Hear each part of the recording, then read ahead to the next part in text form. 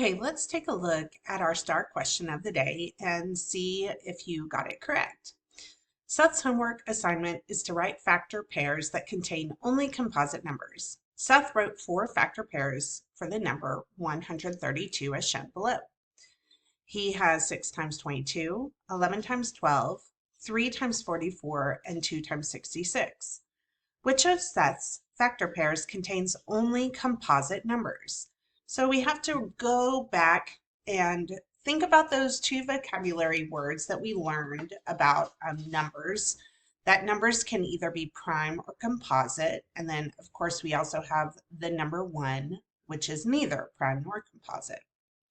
And if we take a look at our vocabulary, composite numbers are whole numbers that can be divided evenly by numbers other than 1 or itself. That means they have more than 2 factors.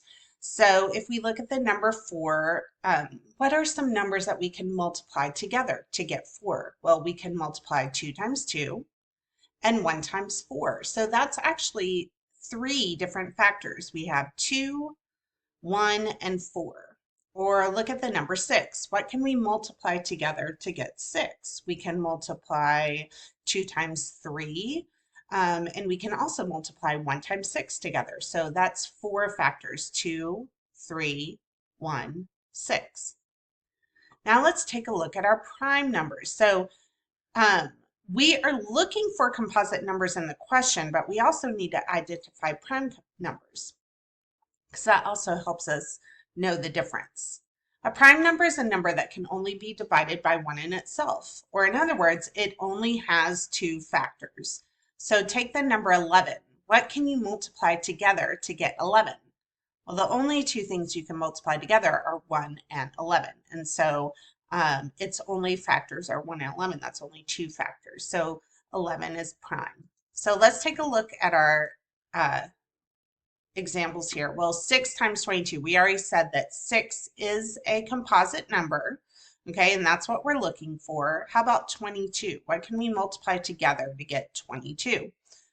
Well, you can multiply, it's an even number, so you can obviously multiply 2 times something. So 2 times what is 22? 2 times 11.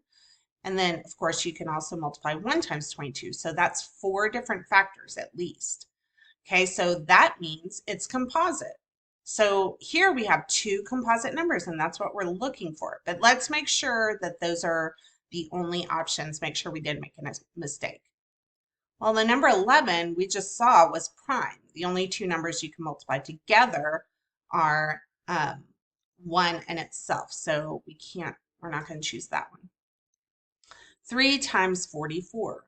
Well, what can you multiply together to get 3? Only 1 times 3, right? So that means it must be prime. So we are not going to choose this one. And then 2 times 66. What can you multiply together to get 2?